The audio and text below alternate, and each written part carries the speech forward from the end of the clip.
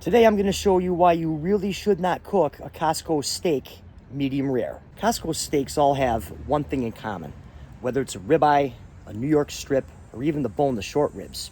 What they do to these steaks is they blade tenderize them. Here, check out this picture I found. All right. Well, what is blade tenderizing exactly? Well, what it is they take the cuts of the meat and they run them through this machine with hundreds of needles, all right, which basically pokes holes through all of them. So why does Costco tenderize good cuts of steak like a strip steak and even a ribeye? Well, I'll get to that in a second. All right, let's bring back our label and check this out. It says right below blade tenderized, for your safety, the USDA recommends grilling product to a minimum internal temperature of 145 degrees as measured by a food thermometer with a 3-minute rest time. All right, well, 145 with a 3-minute rest time. Actually, you want to rest steak a little longer than that from my experience, which will bring the temperature to around 150, 155, which is a solid medium. So why does the label recommend that you cook it to this internal temperature? When you blade tenderize a steak, like a ribeye, strip steak, what's going to happen is that any bacteria that's on the outside of the steak will get injected into the steak, all right? Therefore, cooking it to 145, 155, ensuring all that bacteria is killed. It's kind of like cooking a burger with ground beef. You want to make sure that it's cooked to that 155 to prevent any E. coli.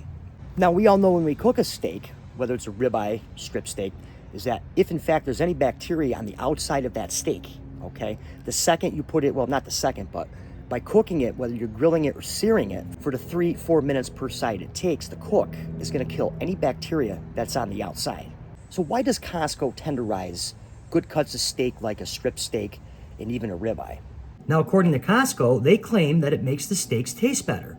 So I figured right now we'll do our own little experiment. Okay, so right here I went out and bought a ribeye steak. I also bought this tenderizer off of Amazon. It was like $7.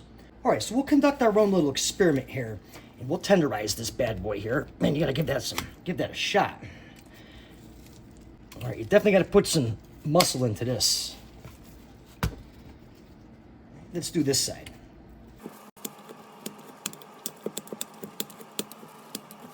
All right, now we have our steak tenderized, which actually kind of flattened it out a little. I'm sure the handheld one that I bought is not as strong as the commercial one, all right? So what we're gonna do now is, we're gonna keep this simple. We're just gonna season it with some kosher salt and some black pepper on both sides.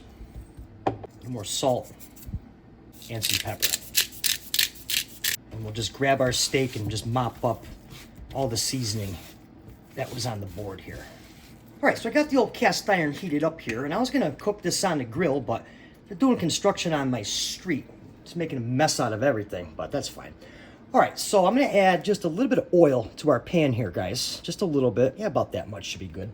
We're just gonna work this around the pan real quick here. All right, so the oil's set. Now we're just gonna grab our ribeye. I'm just gonna lay it right away from me and give it a nice press, okay?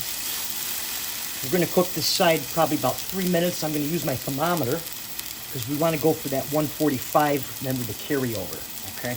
Now, while this cooks, I'll be honest with you, I've never been to a Costco a day in my life. I usually go to BJ's.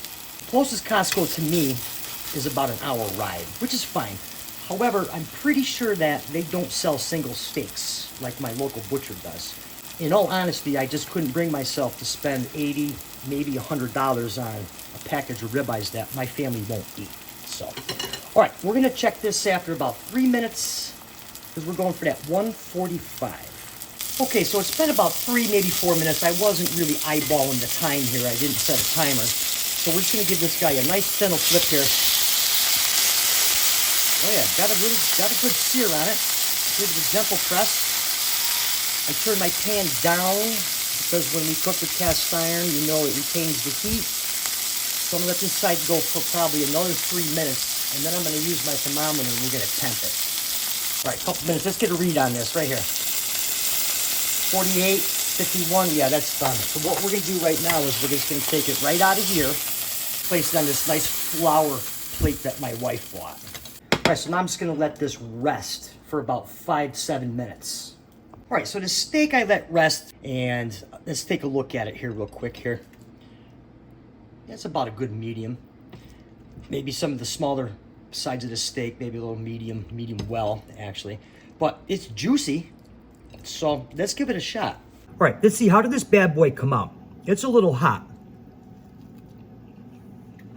Well, surprisingly, considering it's a ribeye, and you really can't go wrong with a ribeye because of all the marbleization in it, that fat renders down at that heat. So all in all, was it decent? It wasn't half bad. So if you're team medium to well done, this video is for you. And if you're team medium rare, be sure to watch the video that's on your screen right now, and I'll see you over there.